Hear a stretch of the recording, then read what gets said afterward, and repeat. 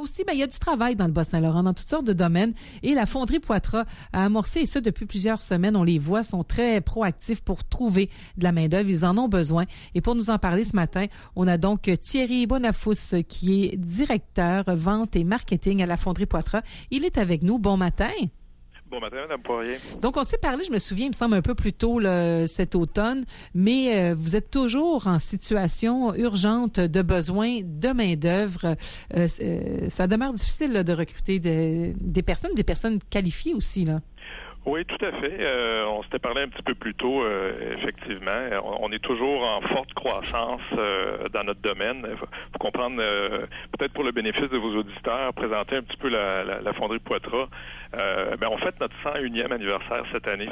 Imaginez-vous, ça fait depuis 1920 qu'on existe. Depuis plus de 25 ans, on est spécialisé dans la fabrication de composantes de fonte liées à la transmission de la puissance automobile. Donc, on œuvre essentiellement dans le domaine automobile. Et actuellement, le domaine automobile est en forte croissance, malgré tout ce qu'on connaît des retombées négatives de la COVID. Le marché automobile est en forte croissance.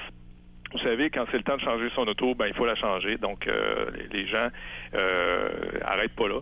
Donc, nous, évidemment, nos clients nous demandent de produire de plus en plus de composantes et c'est ce qu'on fait. Donc, on est à la recherche de gens pour nous aider à croître, en fait. Oui, mais là, on peut s'imaginer que ça prend quand même une certaine spécialité. Qu'est-ce que vous faites actuellement comme campagne? L'immigration, ce temps-ci, c'est pas si simple que ça. Dans la région, j'imagine que vous avez déjà regardé tout ce que vous pouviez. Est-ce que vous allez dans les écoles? Qu'est-ce qu'on fait quand on n'arrive pas à trouver? Parce que visiblement, là, c'est pas que vous essayez pas, mais c'est difficile.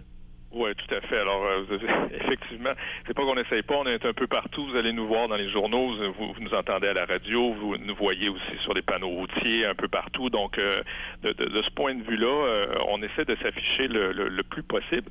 Vous avez parlé d'immigration, c'est un volet qu'on a déjà adressé, on est déjà là-dessus. Vous parlez des écoles, on est effectivement reconnu récemment employeur de choix justement pour le programme études de travail. Donc, et actuellement, on embauche des étudiants pour nous aider justement à produire les composantes qu'on fabrique.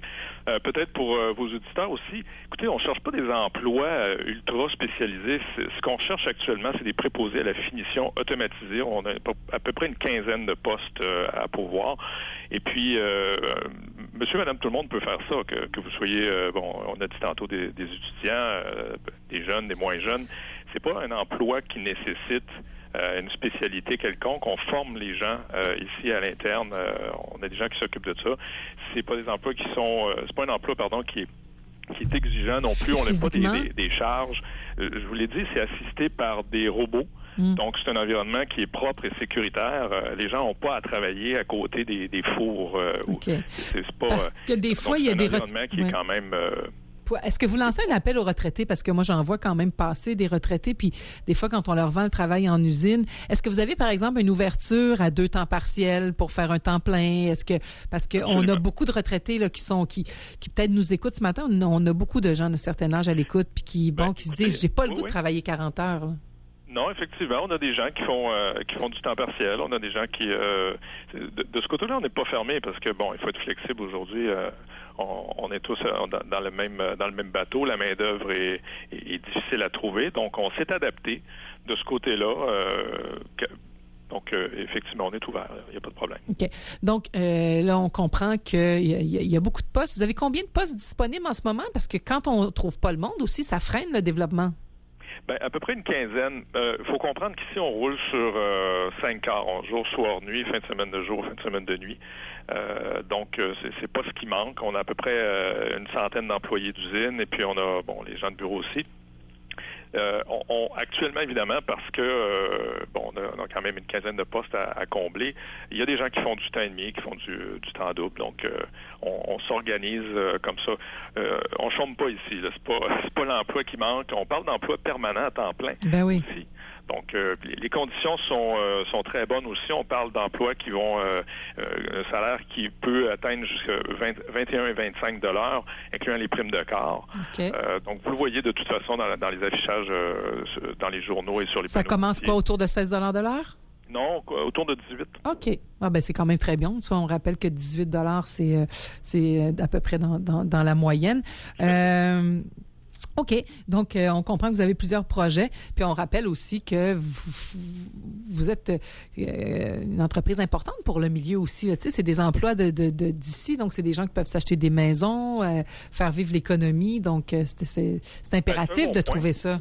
C'est un bon point. Ici, écoutez, je l'ai dit, on est à peu près une centaine d'employés d'usine, puis au bureau, au total, à peu près autour de 150 personnes. Donc, on supporte quand même peut-être 140 familles. C'est des gens du coin, c'est du vrai monde. C'est pas... et ces gens-là contribuent justement à la fabrication de pièces qui se retrouvent, écoutez, dans plus de 25 millions de véhicules à travers le monde à ce jour, principalement en Amérique du Nord, là, dans des véhicules qu'on croise tous les jours en passant, comme le populaire Ford F-150. Donc, on fabrique des pièces pour des véhicules de chez nous. Là. Ben oui. Hey, dites-moi, il y avait dans les derniers jours le Salon de l'emploi virtuel, puis il y a eu beaucoup ça au Québec. Plusieurs entreprises y étaient. J'imagine que vous y étiez aussi. Est-ce que pour vous, est-ce que ça fonctionne, ça? Ou bien vous avez vraiment de main-d'œuvre que vous avez besoin de voir? Est-ce que c'est gagnant pour vous? Est-ce que vous avez pu rencontrer là des candidats potentiels qui peuvent venir d'ici, mais aussi d'ailleurs, là? On a effectivement on a participé au salon. Il faut comprendre que c'est une première dans ce genre de salon-là. On commence à en voir de plus en plus. Oui, je vous dirais qu'on a eu des contacts autant local qu'à l'extérieur. On n'est pas fermé, vu qu'on s'affiche un peu partout. On a des gens d'un peu partout qui nous contactent et qui postulent.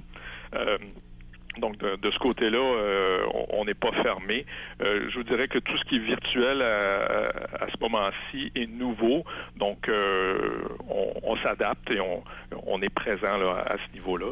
Mais on invite les gens à venir nous voir à la fonderie. Vous savez, on a mis des mesures en place pour la protection des travailleurs depuis le début de la COVID. Quand vous arrivez à la fonderie, vous vous enregistrez sur une borne automatisée, on prend votre température et puis vous êtes accompagné.